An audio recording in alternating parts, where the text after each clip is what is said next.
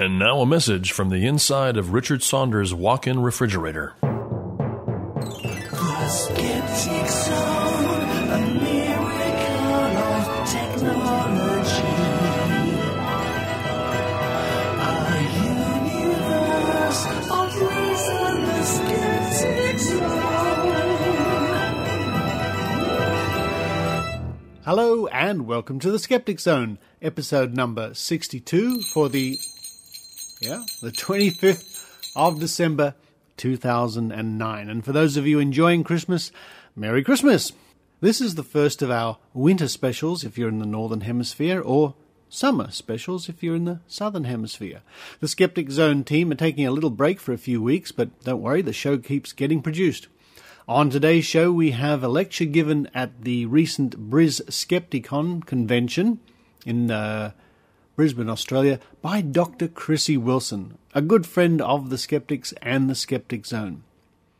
So sit back, have a nice glass of eggnog if you're in North America, a nice cold beer if you're in Australia, and wherever you are in the world, drink whatever you want, and enjoy this episode of the Skeptic Zone.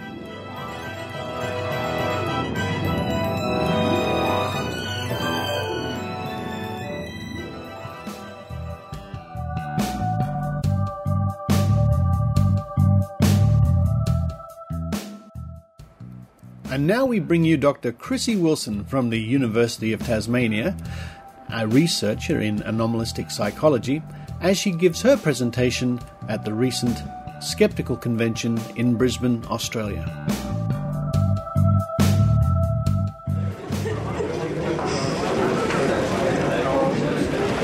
Right, those of you who were at the Tasmanian Skeptics Conference 2 years ago would have been lucky enough to watch Dr. Krissy Wilson, a very vibrant and accomplished presenter and person. Krissy had just arrived in Australia from the UK to join the Department of Psychology at the University of Tasmania as one of their lecturers.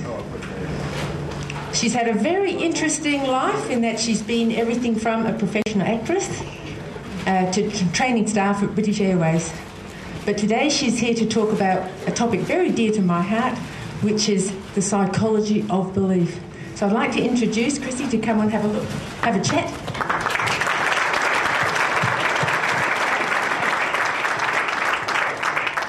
Good morning, skeptics.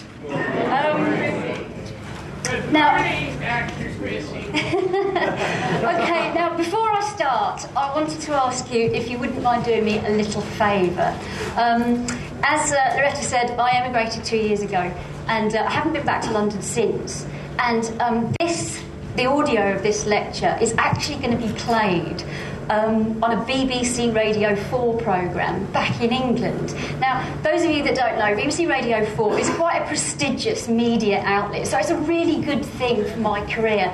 So I was going to ask if you wouldn't mind, and Richard will edit out all my chattering at the beginning here. If you wouldn't mind, it'd be really nice if we could redo the applause. Really,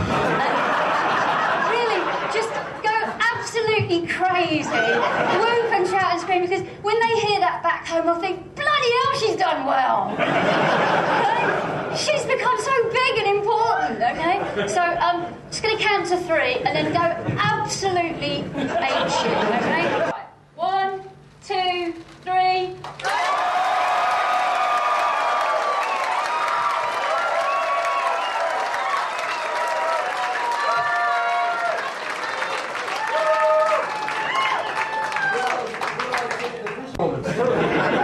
I can't believe you fell for that.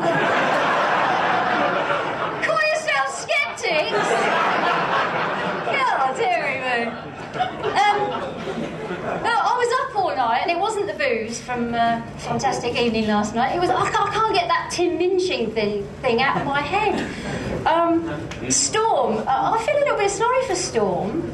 She seemed like quite a good girl to me. I mean, anyone who can actually quote Shakespeare at a dinner party, I think it's quite impressive. And I was thinking about Tim Minchin's wife. Now, one of the reasons why I think she was pissed off, it wasn't because Tim interrupted the dinner party. He'd just spent the last 10 minutes chatting up what was, by his own admission, an extremely attractive woman. So I think that's what she was pissed off about. And while I'm on the topic, Jim, what's wrong with Chardonnay? I mean, did I miss a memo? No, sorry, but right, okay, get on with it, Wilson. Fruit would forever. Okay, now those of you that have heard me talk before, you'll know that my area is anomalistic psychology. And I'm not going to go on too much about anomalistic psychology, but it's just a branch of psychology that I'm interested in. Not parapsychology. It's looking at a sceptical approach to belief in the paranormal and stuff from a psychological and physiological perspective. So that's what I do. And I work at the University of Tasmania. And I've finally managed to convince the psychology department that I can teach anomalistic psychology to my students, that I'm not a parapsychologist, that I'm not going to be telling them all about psychic stuff. I'm actually sceptical. So they've finally allowed me to present an anomalistic course at UTAS and set up a research laboratory. So I'm calling it the Centre of Research for Anomalistic Psychology.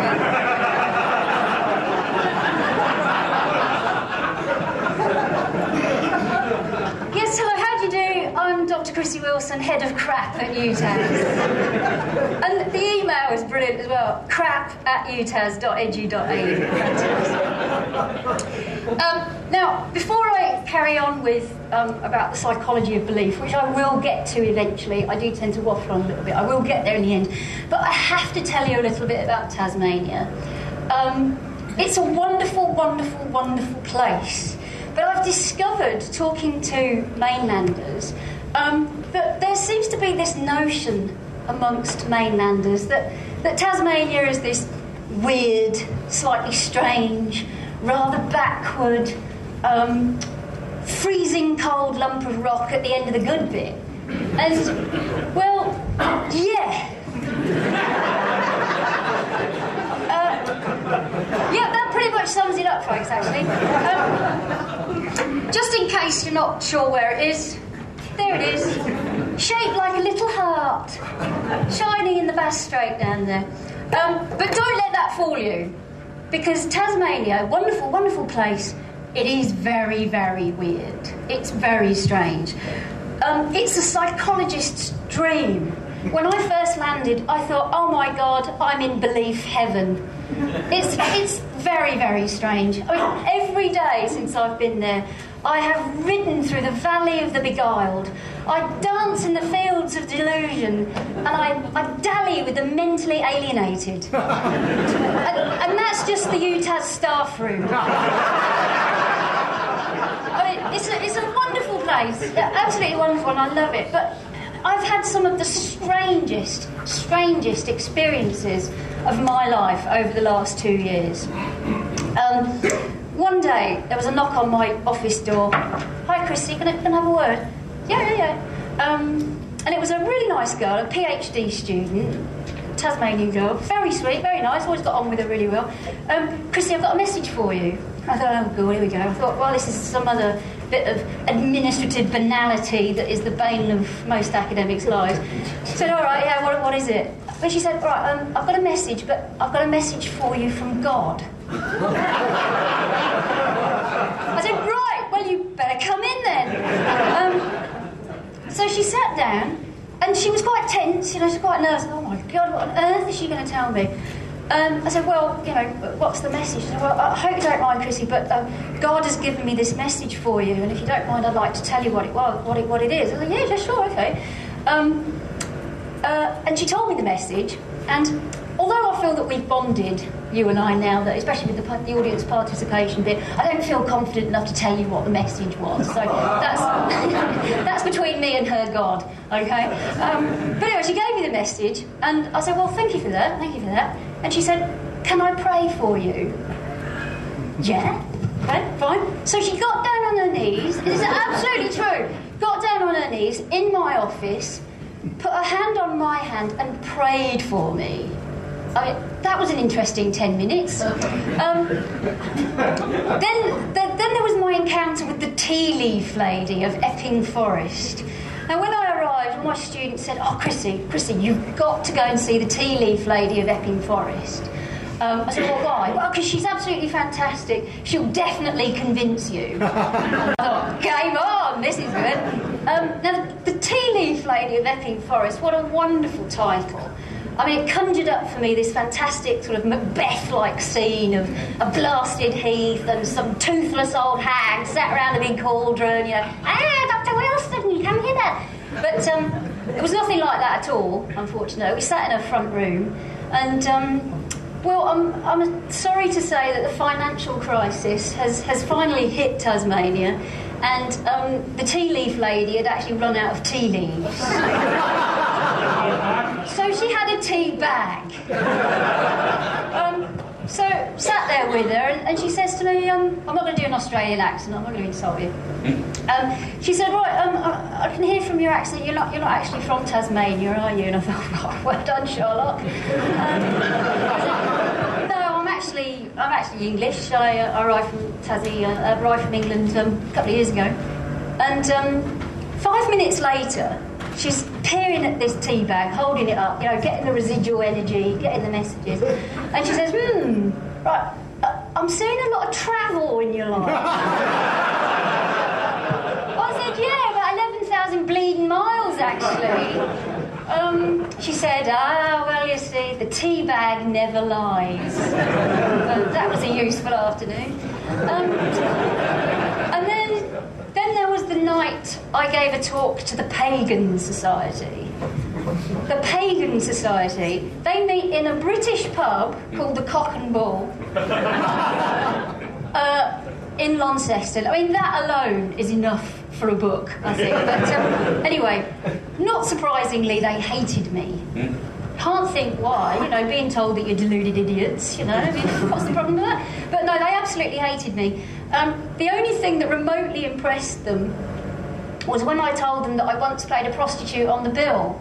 They broke into spontaneous applause, which was terribly disappointing, because, you know, I had, again, these visions, I have a lot of visions. I had this vision of all these pagans, you know, cavorting about in the moonlight every night, ravishing each other till dawn. But no, they're all at home watching reruns of The Bill. Very disappointing. And then, the best of all, I came this close, ladies and gents, this close to a religious experience. Please God, please let England win the Ashes. I'll do anything, I'll give up alcohol for a month. A miracle! I believe. I know you're laughing, but Tasmania, a whole month in Tasmania with no booze is no joke. Right, get on with it. Okay. Right, aside from having lots of very weird and wonderful experiences in Tasmania, I have actually done some work. And I can't take credit for the cartoons. I know I'm going to get into big trouble with copyright, but I pinched that off Google. Very funny, love it. But, you know, my students don't get it. They don't get it, which is a very worrying thing. There are some creationists in Tassie as well. But over the last 2 years, I've done lots of studies, interviewed lots of Tasmanians, and carried out various experiments here and there. And I've actually managed to test about 1,500 people now, which is quite a good sample size, those of you that work in research, considering that the population of Tassie is actually just 500,000. So it's actually quite a good sample size. So this was just looking at religious belief in Tassie. I just want to give you a flavour of what we're looking at. So the top percentage, not surprisingly, Christian, but only 35%. Now, within Christians, I've included Anglicans, Protestants, Catholics. Okay, so that's all within that 35%. Less than 1% Muslims. Buddhists are doing quite well, 6%. Mormons could do better, 2.5, not too bad. 16%.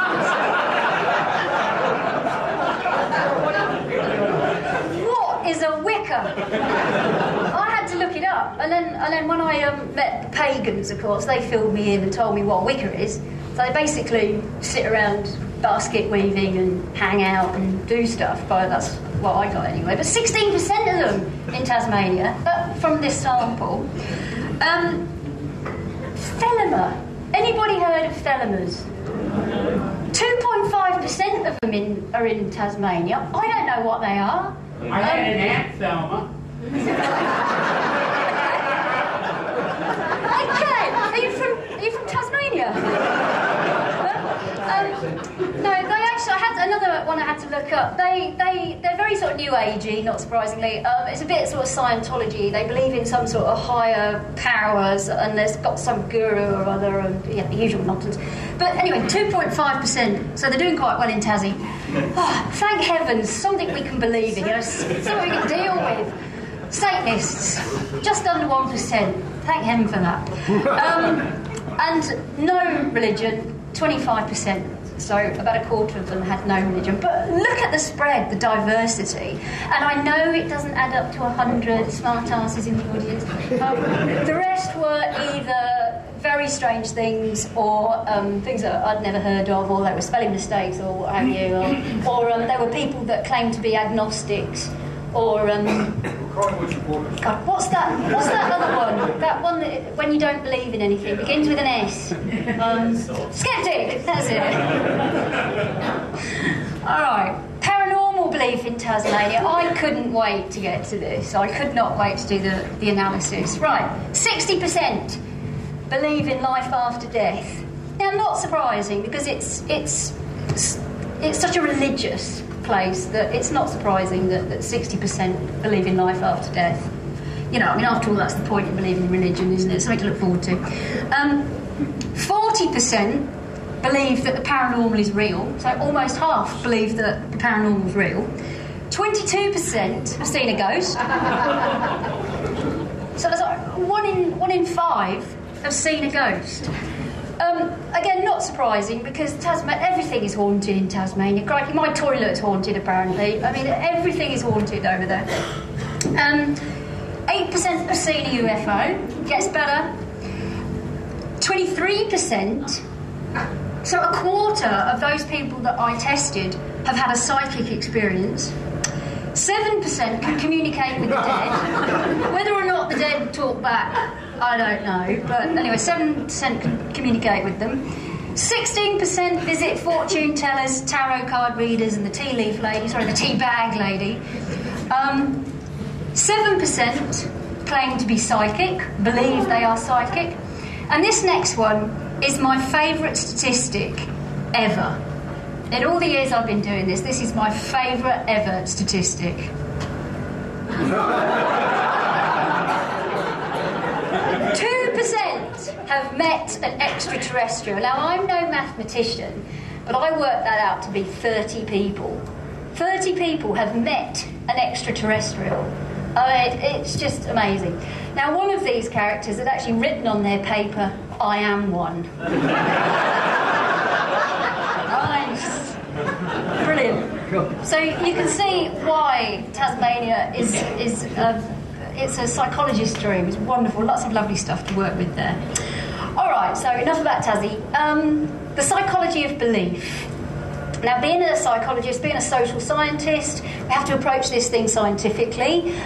So we have to first start off with a definition. What is belief?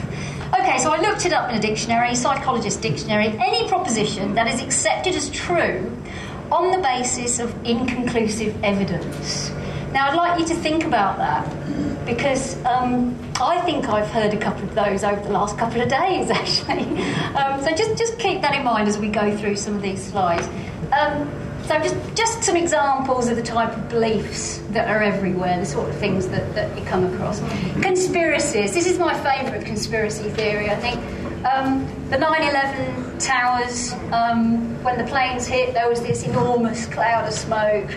And some people believed that, well, quite a lot of people believe that the smoke cloud looks like either the devil or Osama bin Laden. So I think that's a nice one. This is another one of my favourites. That this intergalactic race of perverts are, flying through the galaxy, visiting Earth, anally probing hapless Americans, And then worst of all, messing up our crop fields. So that's probably my favourite. Religious figures. Sorry. Barry's not here, obviously, because I thought he would have walked out by now. Religious figures, and it's not entirely humorous that I put that out there. Well, it's just to rub it in. But, football, sport, it's all about belief, isn't it? It's all about tribalism, it's all about belief. So it's not just about religion, it's religious affiliations with sport and so on. This is another of my favourites. Those of you that have heard me talk before, you'll have come across this one before. Rumpology, the ancient art of rumpology, the art of divination based upon the pimples, lumps and bumps on someone's bum. Okay, it's absolutely true. I'm not making this up. Rumpology. This is a famous European rumpologist who's actually blind.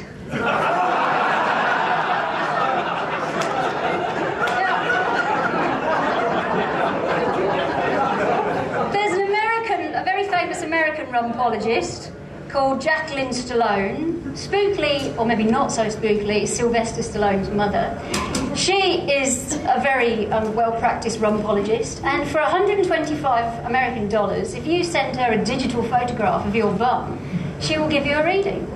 Or I'll do it for 10.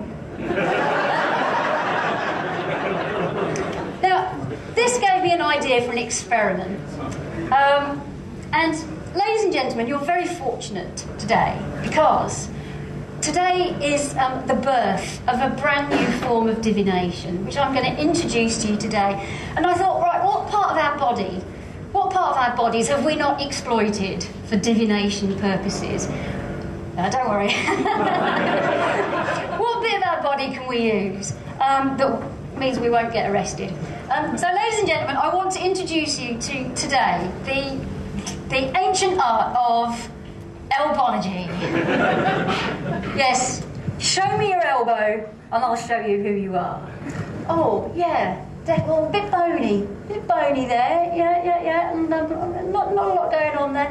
Done a lot of travelling, haven't you? Well, no, what have we got down here? A bit of bad skin, yeah, a bit dry, a bit of psoriasis. Yes, I can definitely see a handsome, educated, well-dressed stranger is going to come into your life, yeah.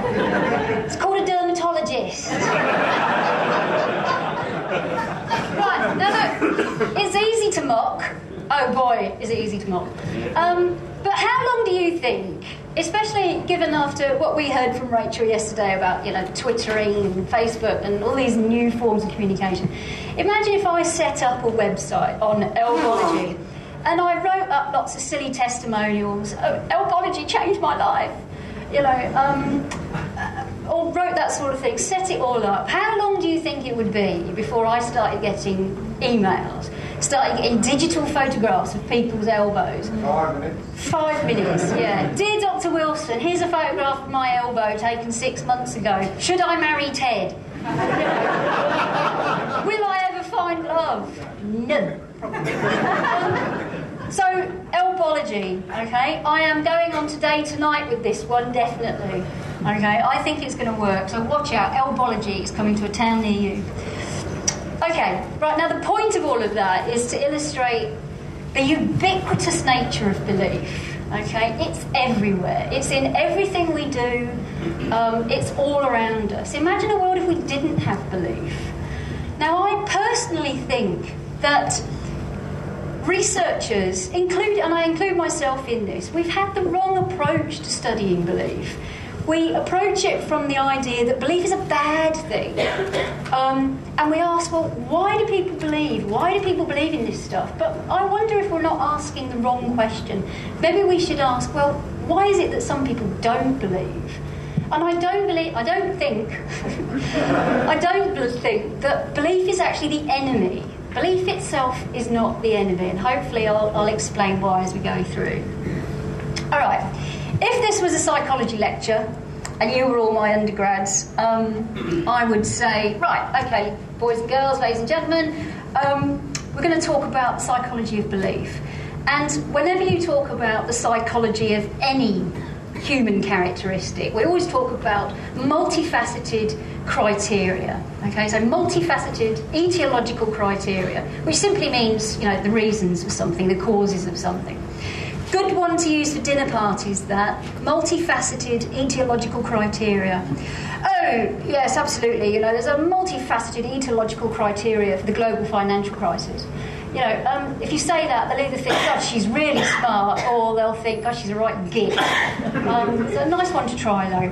So anyway, the etiological criteria for belief I'm going to give you today: biological, cognitive, and environmental. So let's have a look at biology then. What can biology tell us? Well, wouldn't it be great if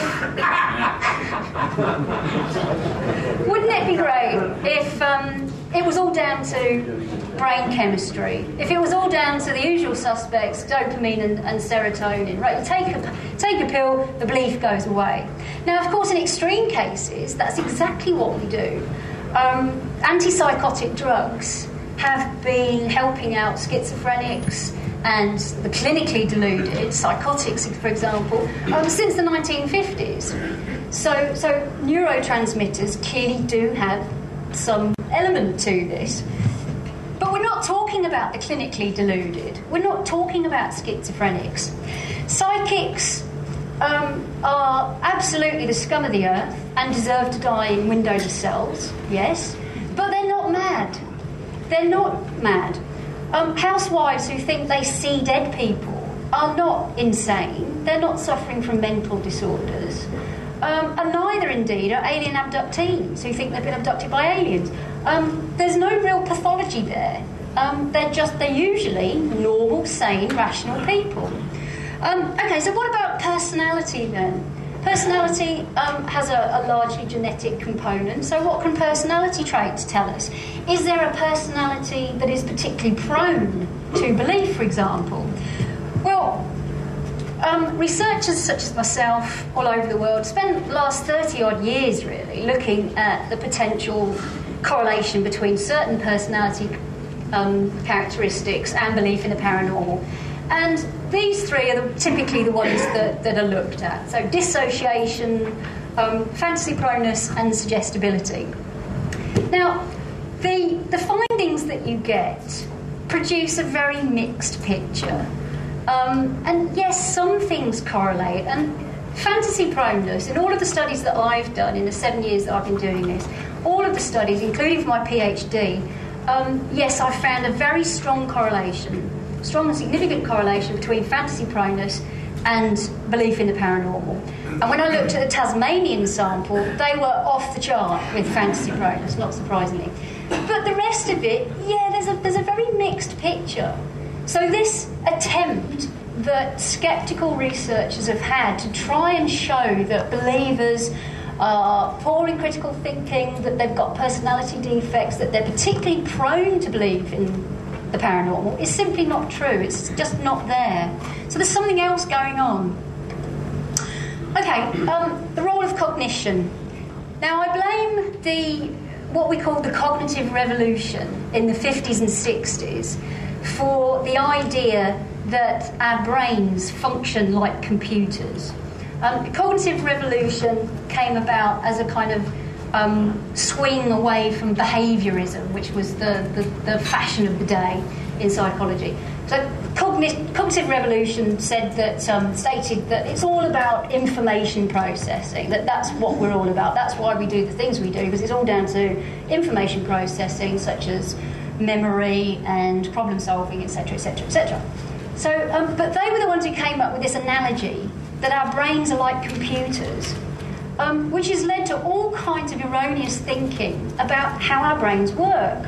Memory, for example, is not fallible.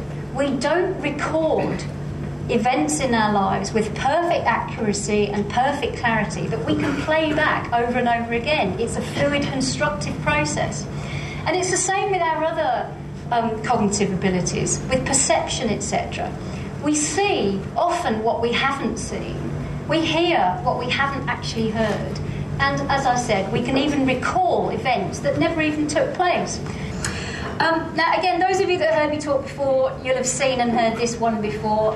Apologies for showing it to you again, but it is so good. It's so good that I never get bored listening to it. I'm sure you'll enjoy it again as well. This is a fantastic example of hearing something that we haven't actually heard. But when it's in a certain context, when you're told what you're actually hearing, then you can actually hear it. It's allegedly a backward satanic message, which happened in the 1980s, that a lot of rock bands were accused of putting satanic messages in their music, and you could only hear them if you actually played it backwards. This is the best example I've found. Where's my mouse? Oh, there it is. It's from Stairway to Heaven. This is it played forwards, first of all.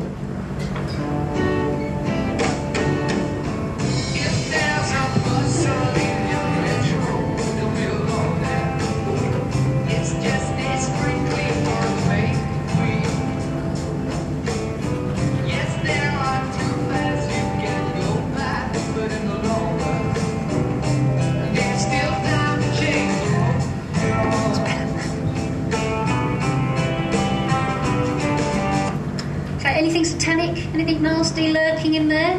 No? Okay, right, this is it. The same bit of music played backwards.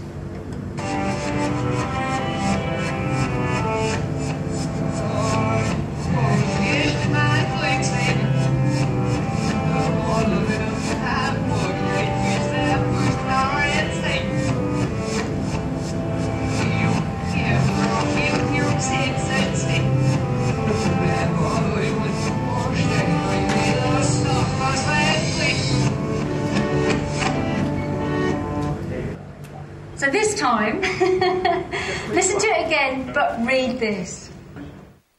And for those listening along on the podcast, the words coming up on the screen, which you might hear in the song, are, "Here's to my sweet Satan, the one whose little path would make me sad, whose power is Satan. He'll give you 666. There was a little tool shed where he made us suffer. Sad Satan."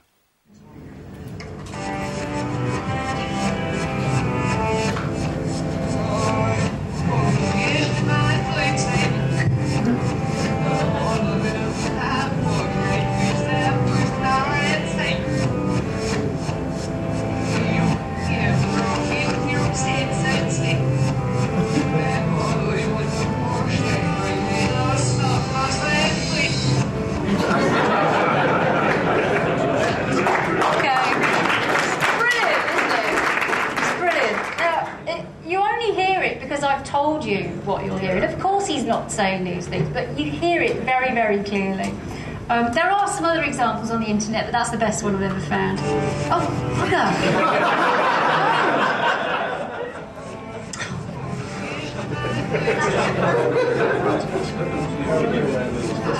You know, I always said I never get tired of hearing it. I lied.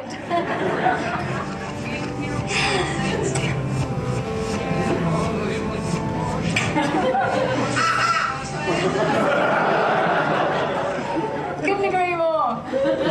Alright, so 5 minutes. Environmental factors is the other etiology. Yeah, obviously, the media loves the paranormal, absolutely loves it. And the sheer volume of the stuff that we have on TV and in films about the paranormal is obviously going to create some atmosphere of acceptance that this stuff is real. So the media also has a big part to play. So, all right, why do we believe in this stuff then? Well, obviously there's lots of reasons why we believe. Those were the sort of the textbook, if you like, psychological reasons. But there's all kinds of other reasons why we believe in these things. And one of the reasons I personally think will account for this is that we desperately want to search for meaning in what is meaningless. You know, we look for patterns in things as human beings. We look for pictures of faces in objects. You know, we see visions of the Virgin Mary in Doritos and things. You know, we're always looking for patterns. We're looking for reasons to explain all of this. So, some tentative conclusions then. belief for me is not the enemy, even though we tend to think that it is. We tend to think that it's a bad thing. But belief is not the enemy. It's who we are. It's as much part of the human condition for me as hunger, our need for intimacy, and our drive for accomplishment. It's part of who we are. It's part of the human makeup. And believers are not significantly different from non-believers. I think we're all believers. We all believe in something. Because when we believe, we feel strong. And we feel strong when we exclude others. So we've got believers, non-believers, Christians, Muslims, Sydney, Melbourne, AFL, NRL, Chardonnay, Sauvignon Blanc. You know, we feel better about ourselves when we exclude a group. Again, absolutely fundamental to the human condition.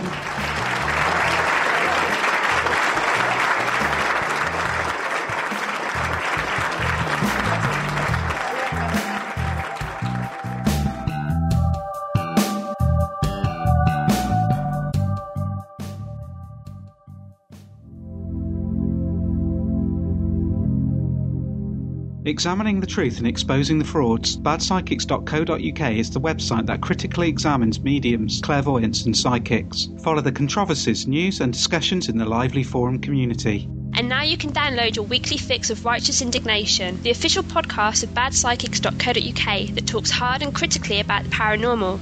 badpsychics.co.uk, the UK's largest and most respected skeptical site looking at psychics.